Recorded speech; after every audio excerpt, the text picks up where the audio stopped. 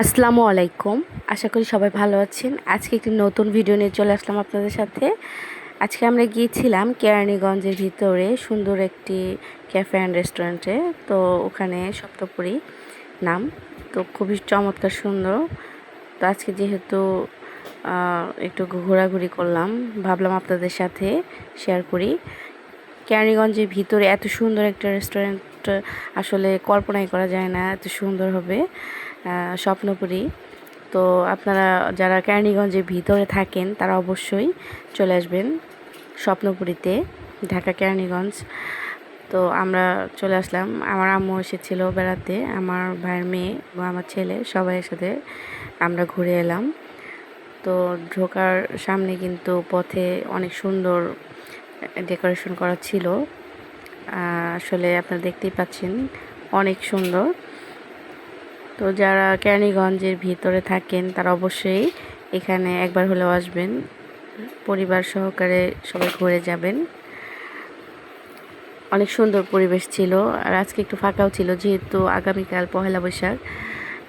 তো একটু ভিড় থাকবে, এটা স্বাভাবিক। তারপরেও অনেকটা ফাঁকাই ছিল। পয়লা বৈশাখের দিন আরও বেশি ভিড় থাকবে। তো আপনারা যারা চিন্তা করছেন আগামী পহেলা বৈশাখে কোথায় ঘুরতে যাবেন, অবশ্যই এখানে ঘুরতে আসতে পারেন পরিবার সহকারে। বাচ্চাদের জন্য কিন্তু অনেক কিছুই রয়েছে খেলার জন্য, তো আপনারা অবশ্যই দেখবেন। এবং রেস্টুরেন্টে কিন্তু খাবারের ব্যবস্থাও রয়েছে। যারা দূর থেকে আসবেন তারা অবশ্যই একবার হলেও ভিজিট করে যাবেন। তো দেখতে থাকুন।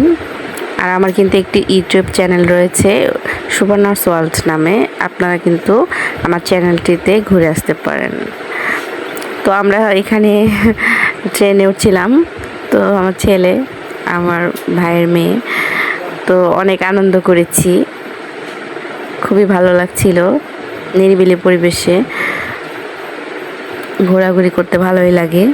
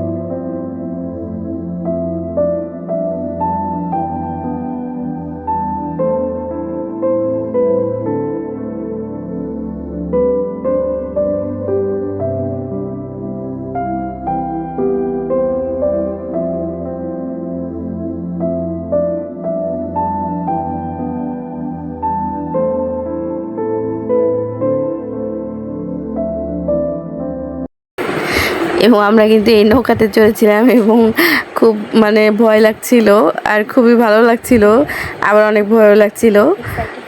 খুব এক্সাইটেড ছিলাম আমরা। আজকে বেশি ভিড় ছিল না, ফাঁকাই ছিল, তারপরে অনেক ভয় লাগছিল, কারণ যেহেতু ফাঁকা।